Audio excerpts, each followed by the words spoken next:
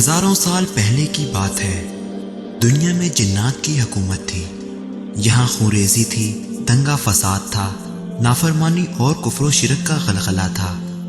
نیکی بہت کم تھی، بدی بہت زیادہ تھی۔ خالق کائنات نے جنات سے دنیا کی حکومت لے کر ایک دوسری مخلوق کو دینا چاہی۔ قرآن کریم میں متعدد انبیاء کرام کے اسماء گرامی مذکور ہیں، جبکہ بعض انبیاء کرام کے نام احادیث مبارکہ میں بھی ملتے ہیں۔ ان برگزیدہ ہستیوں نے ایک طرف لوگوں کو اللہ تعالیٰ کے پیغام سے روشناس کروایا اور دوسری طرف خود کو نمونے کے طور پر پیش کیا تاکہ ان کی پیروی سے دنیا و آخرت میں کامیابی حاصل کی جا سکے۔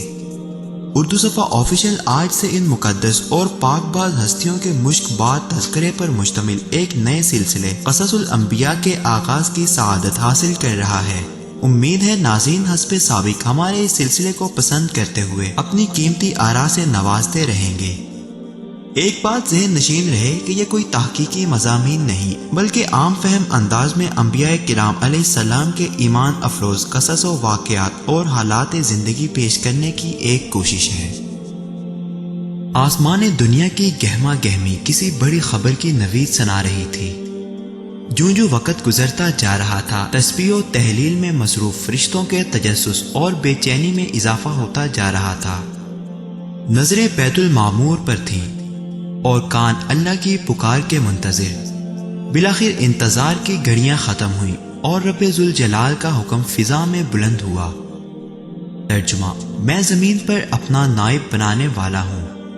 فرشتے اس فیصلے پر حیران تھے اور متعجب بھی۔ ان کا خیال تھا کہ جنات کی طرح یہ بھی زمین پر لڑائی جھگڑا اور فساد کریں گے۔ چنانچہ انہوں نے اس فیصلے کی حکمت معلوم کرنے کی غرض سے ڈرتے ڈرتے عرض کیا: اے ہمارے رب، ایسے شخص کو کیوں پیدا کرتا ہے جو زمین میں فساد کرے اور خون بہائے؟ اور ہم تیری تسبیح، حمد اور پاکیزگی بیان کرنے والے ہیں۔ اللہ تعالیٰ نے فرمایا: جو میں جانتا ہوں تم نہیں جانتے۔ اللہ تعالیٰ نے حضرت جبرائیل کو حکم دیا کہ کرۂ ارض سے مٹی لے کر آؤ۔ اللہ تعالیٰ نے حضرت آدم کو ایک مٹھی خاک سے پیدا فرمایا۔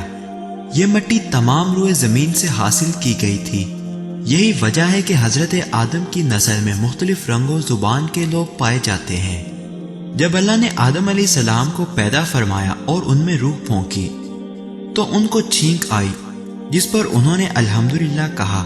یوں سب سے پہلے ان کے منہ سے اللہ کی حمد نکلی۔ پھر اللہ نے برحمک ربک فرمایا۔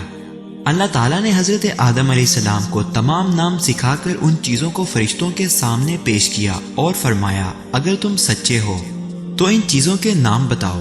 انہوں نے کہا: اے اللہ، تیری ذات پاک ہے، ہمیں علم نہیں سوائے اس کے جو تو نے ہم کو سکھایا ہے۔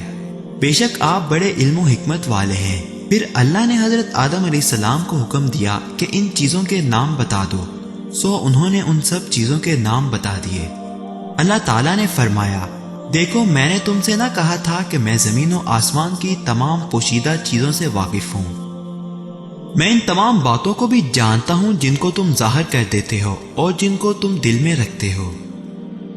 حق تعالیٰ نے تمام فرشتوں کو حکم دیا کہ آدم کو سجدہ کرو، تو ابلیس کے سوا سب نے سجدہ کیا۔ اس نے انکار کر دیا اور تکبر کیا اور وہ کافروں میں ہو گیا۔ اللہ نے ابلیس سے پوچھا: جب میں نے تجھ کو حکم دیا تھا تو کس چیز نے تجھ کو سجدے سے باز رکھا؟ اس نے کہا: میں اس سے افضل ہوں، تو نے مجھے آگ سے پیدا کیا ہے اور اسے خاک سے۔ اللہ نے فرمایا: تو بہشت سے اتر جا، تجھے حق نہیں کہ تو یہاں رہ کر غرور کرے، بس نکل جا، بے شک تو ذلیلوں میں سے ہے۔ اس نے کہا: مجھے اس دن تک مہلت عطا فرمائیے جس دن قیامت آئے گی۔ اللہ نے شیطان کو مہلت عطا فرما دی تو اس نے کہا: اب میں تیرے بندوں کو قیامت تک بہکاؤں گا، آگے سے، پیچھے سے، دائیں سے، بائیں سے۔ اللہ نے فرمایا: جو لوگ تیری پیروی کریں گے میں تجھ سمیت ان سب سے جہنم بھر دوں گا۔ جنات حضرت آدم علیہ السلام سے 2000 سال پہلے سے دنیا میں آباد تھے، جنہوں نے دنیا میں دنگا فساد مچا رکھا تھا۔ چنانچہ اللہ نے فرشتوں کے ایک لشکر کو دنیا میں روانہ کیا، جنہوں نے ان جنات کو مار مار کر سمندری جزیروں اور ویران علاقوں میں بھگا دیا۔ اس موقع پر بہت سے جنات قتل کیے گئے اور کچھ گرفتار بھی ہوئے، انہی میں ابلیس بھی تھا۔ جو ابھی بچہ تھا اسے آسمان پر لا کر رکھا گیا۔ یہ فرشتوں کے ساتھ عبادت میں مصروف ہو گیا اور بہت جلد علوم کا ماہر اور عبادت گزار بن گیا، چنانچہ اسے آسمانوں میں معلم الملکوت کے نام سے پکارا جانے لگا۔ ابلیس آسمانوں میں فرشتوں کا سردار بن گیا تھا۔ ابلیس کا نام عزازیل تھا۔ سورۃ الکہف آیت نمبر 50 میں بھی اللہ نے فرمایا کہ ابلیس جنات میں سے تھا۔ حضرت آدم علیہ السلام کو اللہ تعالیٰ نے جنتی لباس پہنایا اور جنت میں داخل فرمایا۔ آپ جنت میں جہاں چاہتے گھومتے، جو چاہتے کرتے، لیکن ساتھ میں خود کو اکیلا محسوس کرتے۔ اللہ تعالیٰ نے بی بی حوا علیہ السلام کو آپ کی بائیں طرف کی پسلی سے پیدا کیا۔ جس وقت بی بی حوا پیدا ہو رہی تھی، فرشتوں سے پردہ کرایا گیا۔ بی بی حوا دنیا کی نہایت خوبصورت خاتون تھی۔ جب حضرت آدم علیہ السلام سو کر اٹھے تو پوچھا، تم کون ہو؟ انہوں نے کہا، اللہ نے مجھے آپ کے لیے پیدا کیا کہ آپ مجھ سے سکون حاصل کر سکے اور آپ کی تنہائی ختم ہو سکے۔ وہ دونوں خوشی سے جنت میں رہنے لگے۔ اللہ تعالیٰ نے فرمایا، تم جہاں جانا چاہو جا سکتے ہو، جو کھانا ہے کھا سکتے ہو، بس ایک درخت کا پھل کھانے کے لیے منع کیا کہ اگر کھاؤ گے تو نقصان اٹھاؤ گے۔ ابلیس تمہارا اور تمہاری بیوی کا دشمن ہے، کہیں ایسا نہ ہو کہ وہ تمہیں جنت سے نکال دے اور تم مصیبت میں پڑ جاؤ۔ وہ درخت کون سا تھا؟ مشہور ہے کہ وہ گندم کا درخت تھا۔ ایک قول انگور کا ہے، اس کے علاوہ بھی اقوال ہیں۔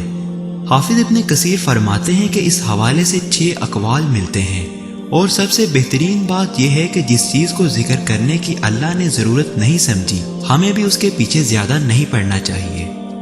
ادھر ابلیس کو ایک پل چین نہیں آ رہا تھا۔ اس نے بی بی حوا یعنی عورت ذات کو استعمال کرنے کا منصوبہ بنایا۔ ابلیس نے بی بی حوا کو بہکانا شروع کر دیا، وسوسہ ڈالنے لگا کہ اس درخت کا پھل کھا لو جس سے اللہ نے منع کیا ہے، کھا لو گے تو ہمیشہ ہمیشہ کے لیے جنت میں رہ پاؤ گے فرشتوں کی طرح، ورنہ تم مر جاؤ گے۔ کہا جاتا ہے کہ شیطان سام کے ساتھ مل کر جنت میں گیا اور سام کی صورت میں ان سے بات کی، اللہ کے نام کی قسمیں کھائیں اور قسمیں کھا کر یقین دلایا کہ اللہ نے اس درخت سے شروع میں روکا تھا، اس لیے کہ اس وقت تمہاری نئی نئی پیدائش ہوئی تھی، تمہارا جسم اسے برداشت نہیں کر سکتا تھا۔ اب ایک عرصہ ہو گیا ہے، اب تم مضبوط ہو چکے ہو، اب اسے کھانے میں کوئی حرج نہیں ہے۔ بی بی حوا اس کی باتوں میں آ گئی۔ وہ سمجھ رہی تھی کہ اللہ کے نام کی قسم کھا کر کوئی غلط بات نہیں کر سکتا۔ بی بی حوا نے حضرت آدم علیہ السلام کو قائل کر لیا کہ اس درخت کو کھانا پہلے ہمارے لیے درست نہ تھا، لیکن اب درست ہے۔ حضرت آدم علیہ السلام اللہ کے ارشاد کے کچھ اہم الفاظ اس وقت بھول گئے۔ یہ بھی یاد نہ رہا کہ خود انسان فرشتوں سے افضل ہے، درخت کھا کر فرشتہ بننے کی کیا ضرورت؟ ان فطری کمزوریوں کی وجہ سے آپ سے یہ اجتہادی خطا ہو گئی۔ بہرحال دونوں ابلیس کے بہکاوے میں آ گئے اور ایک دن انہوں نے وہ پھل کھا لیا۔ جیسے ہی انہوں نے پھل کھایا تو سب سے پہلے ان کے کپڑے اتر گئے۔ شیطان کو معلوم تھا کہ اس درخت کی تاثیر یہ ہے کہ جو اسے کھاتا ہے بے لباس ہو جاتا ہے۔ گویا شیطان نے انسان پر جو پہلا وار کیا وہ یہی بے لباسی کا وار تھا۔ الغرض وہ دونوں شرم سے ادھر ادھر بھاگنے لگے۔ انہیں احساس ہو گیا تھا کہ ہم سے اللہ کی نافرمانی ہو گئی ہے، لیکن ظاہر ہے حضرت آدم علیہ السلام کی یہ اجتہادی خطا تھی۔ نافرمانی کا تصور تک ان کے دل میں نہ تھا۔ پھر اللہ تعالیٰ نے ان کو آواز دی اور کہا، کیا میں نے تمہیں منع نہیں کیا تھا کہ اس درخت کے قریب نہ جانا؟ کیا میں نے نہیں بتایا تھا کہ شیطان تمہارا کھلا دشمن ہے؟ اللہ تعالیٰ نے انہیں جنت سے اترنے کا حکم دیا اور فیصلہ فرمایا، تم انسان اور شریر جنات زمین پر بھیجے جا رہے ہو، تم زمین میں ایک دوسرے کے دشمن ہوگے، قیامت تک تم ایک دوسرے کے خلاف رہو گے۔ اس دوران جو میرے بھیجے ہوئے پیغمبروں کی اطاعت کرے گا وہ کامیاب ہوگا، اور جو شیطان کے راستے پر چلے گا وہ جہنم میں جائے گا۔ تمہیں ایک وقت تک دنیا میں رہنا ہوگا، فائدے اٹھانے ہوں گے، تم یہیں زندگی بسر کرو گے اور یہیں مرو گے اور یہیں سے ہی دوبارہ اٹھائے جاؤ گے۔ مزید ایسی ویڈیوز کے لیے اردو صفحہ چینل کو سبسکرائب کیجیے اور بیل کے آئیکن کو بھی کلک کیجیے تاکہ نئی آنے والی ہر ویڈیو کا نوٹیفکیشن آپ کو بر وقت مل سکے۔